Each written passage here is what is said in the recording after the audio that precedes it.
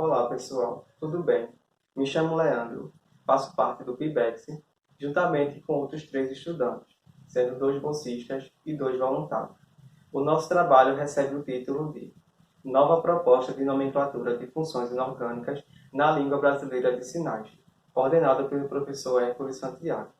Então, em resumo, o nosso trabalho consiste em criar sinais e códigos para auxiliar na nomenclatura da função inorgânica sal.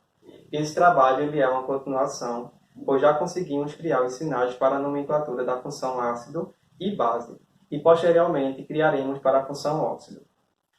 Esse trabalho ele vem sendo desenvolvido com um grupo de estudantes surdos da Escola Luísa Guerra, que está localizada no Cabo de Santo Agostinho, Pernambuco. Então, considerando o cenário atual, no qual estamos vivenciando a pandemia do novo coronavírus, e levando em consideração nossas condições psicológicas e emocionais, conseguimos criar os sinais para a nomenclatura da função inorgânica sal. E também dar início à parte escrita do trabalho. O nosso trabalho ele foi fundamentado a partir das necessidades legais e sociais da inclusão de estudantes que está prevista na legislação. A gente começa o trabalho trazendo a Constituição Federal de 1988, um documento importantíssimo, pois no artigo 205 ele deixa claro que todos temos direito à educação. Então, independente de raça, de cor, de classe social, de deficiência, todos nós temos direito à educação. E essa educação ela deve ser ofertada pela família e pelo Estado. Ainda no artigo 206 desse mesmo documento, ele traz a forma que esse ensino ele deve ser ministrado, com condições de igualdade para o acesso e a permanência. Então, não basta só ofertar a educação, tem que dar condições para que todos acessem e permaneçam na escola. A gente traz também a Lei de Diretrizes e Bases da Educação, que é a Lei 9.394, de 1996. No artigo 58, essa lei fala sobre o ensino especial, que deve ser ofertado preferencialmente na rede regular de ensino e, quando necessário, a escola deverá oferecer um apoio especializado para atender satisfatoriamente às condições desses estudantes. A gente traz ainda a Declaração de Salamanca, que foi o resultado da Conferência Mundial sobre Necessidades Educacionais, que aconteceu de 7 a 10 de junho de 1994, em Salamanca, que é uma cidade da Espanha. Essa declaração é muito importante porque ela ajuda a garantir direitos à inclusão de estudantes com deficiência nas escolas. Esse documento ele é regido por alguns princípios. O primeiro deles é que, independente de diferenças individuais, todos têm direito à educação. Então, ela vem para endossar aquilo que a Constituição de 1988 traz no artigo 205.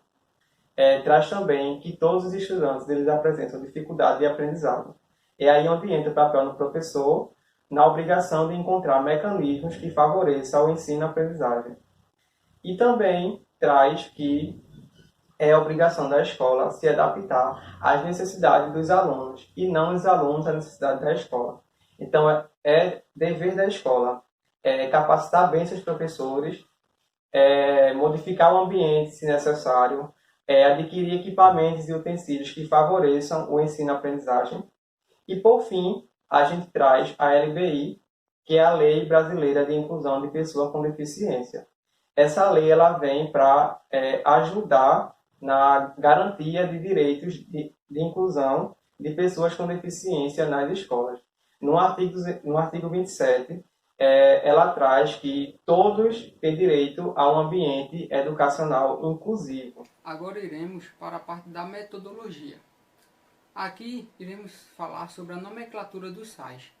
Antes de adentrarmos nesse assunto, devemos lembrar sobre as nomenclaturas dos ácidos.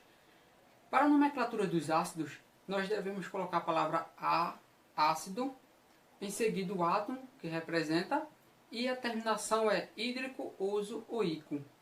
Bom, para o sal, devemos substituir essas terminações do ácido, da nomenclatura do ácido, hídrico, oso ou ico, para as terminações do sal, eto, ito e átomo. Ao substituirmos, estamos trazendo essa nomenclatura para os sais. Então, com isso, devemos fazer o quê? devemos primeiro pegar esse nome de ácido de origem, que é o átomo que representa a terminação hidrocoso-ico. É o ácido de origem. A gente substitui pela palavra eto, ito e ato, e em seguida coloca-se o nome do cátion. Então aqui a gente consegue fazer a nomenclatura do sal. Com isso eu vou dar alguns exemplos para vocês.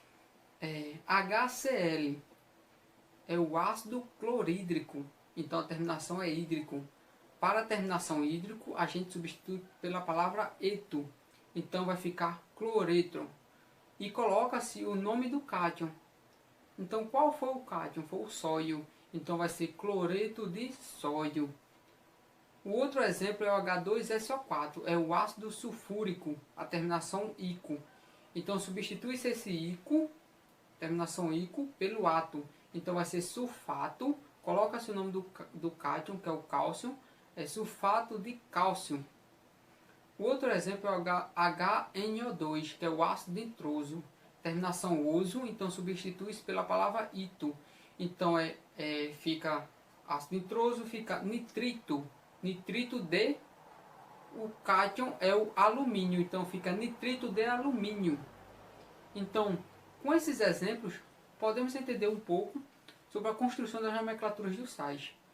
Então podemos observar que para as professoras de intérprete de Libras, durante uma aula de Química, as professoras devem estar fazendo a datilologia das nomenclaturas, por conta que não existem sinais para facilitar esse processo de ensino-aprendizagem com os estudantes surdos.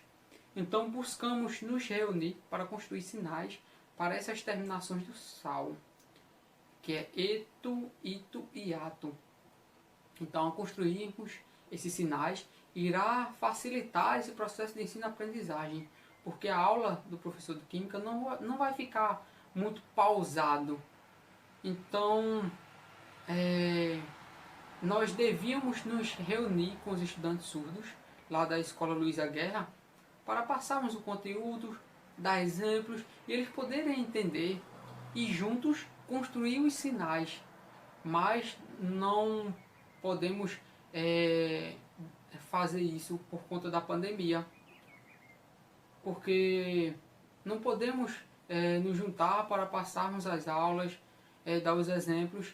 Então, com a experiência que tínhamos do trabalho anterior, que era nomenclaturas dos ácidos e bases, que também era construção dos sinais, nós nos reunimos no grupo do WhatsApp e começamos a conversar, a debater como que construiríamos esses sinais. Então chegamos a uma conclusão. Conseguimos criar os 3 sinais para a palavra eto, ito e ato. Conseguimos criar esses sinais. E para termos um aval positivo, nós buscamos conversar com o professor intérprete de Libras lá da Escola Luísa Guerra. Conversamos pelo WhatsApp. Conversamos, mandamos as fotos para ela pôde observar e nos mostrou e nos disse que esses sinais ainda não eram existentes na língua brasileira de sinais. E disse que poderíamos usar esses sinais para o nosso trabalho. Então fizemos isso, utilizamos como resultados para o nosso projeto. E futuramente ainda pensamos, ao passar essa pandemia, ainda pensamos em voltar a mostrar esses sinais para os estudantes, mostrar o conteúdo para que eles possam entender. Com isso, os resultados foram, primeiramente, a palavra ato. Ato, utilizamos a vogal A e juntamos to. Então fizemos ato. Respectivamente para eto, a palavra E, a vogal E, to. Então fica eto. E por terceiro I, utilizamos a vogal I, to. Então fica ito. Então com isso, com esses sinais construídos, irá facilitar mais ainda esse processo de ensino-aprendizagem com os estudantes surdos. Então, pessoal, muito obrigado.